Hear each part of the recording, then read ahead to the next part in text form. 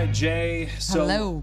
we are talking about some legislation, and it's targeting something that we've talked quite a bit about, in terms of prediction markets, concerns with ethics and questions about insider trading. And this is specifically towards mainly state employees and lawmakers, correct? Yes. To me, this whole argument is kind of like betting on baseball if you're a player or a manager, because you have the unique ability to influence the outcome.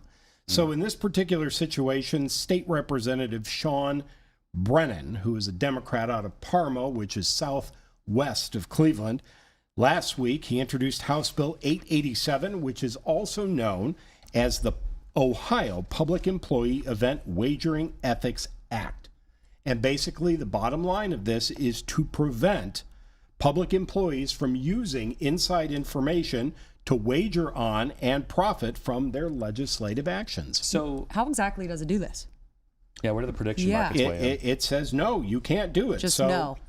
Well, I mean, that's the short answer. Yeah. There's always, let's get They'll in the find a way. weeds. Yeah. No period. No is a The full legislation specifically bans public officials and government employees from using prediction platforms like Kalshi and Polymarket.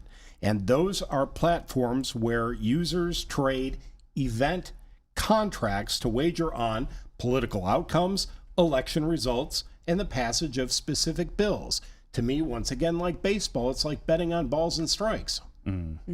So, we've addressed it, or at least, we're talking about it at the state level. There's also been a lot of conversations federally about what is and isn't okay, because the prediction markets are largely, they're new. They've exploded much faster than I think any of us ever thought.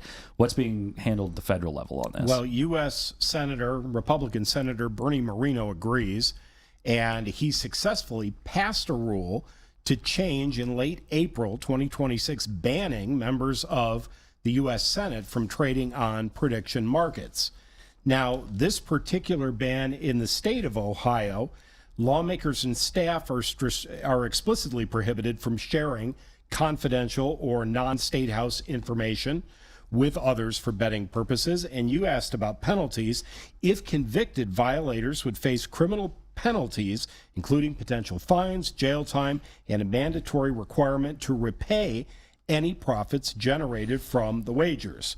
The broad scope is the ban applies to statewide executives, branch officials, lawmakers, Supreme Court justices, and public employees. And we've talked a lot about how prediction markets have induced some consequences and actions that I don't think everybody had considered in the past. We've heard a lot of stories about, whether that be election outcomes, people gambling on how elections are going to come out and trying to force the hands of certain ways of outcomes, because people are placing bets on things in the past that you didn't openly gamble on. Well, like the war on Iran, when that would start. That was a big one. Sure. On Kalshi. Or how many people from this side or that side will actually vote on this or that.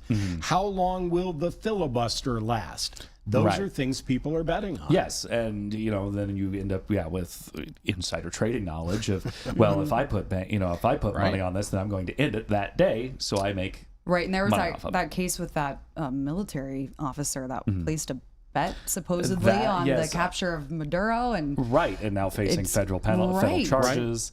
There's that. I mean, we're looking at it's the same issues that we ran into with sports gambling, in terms of will they do they throw the game in order to make a bet good? There's a lot of questions out there. And we've seen that goes all the way back 100 years to boxing, when boxing events were rigged. But this bill will now be assigned to a standing committee for review and debate. One of the components of the bill that is going to cause great debate is a $10,000 maximum fine per violation, and also another clause where it becomes a first-degree misdemeanor classification. They think that's going to get serious pushback. Okay. All right, Jay, appreciate it.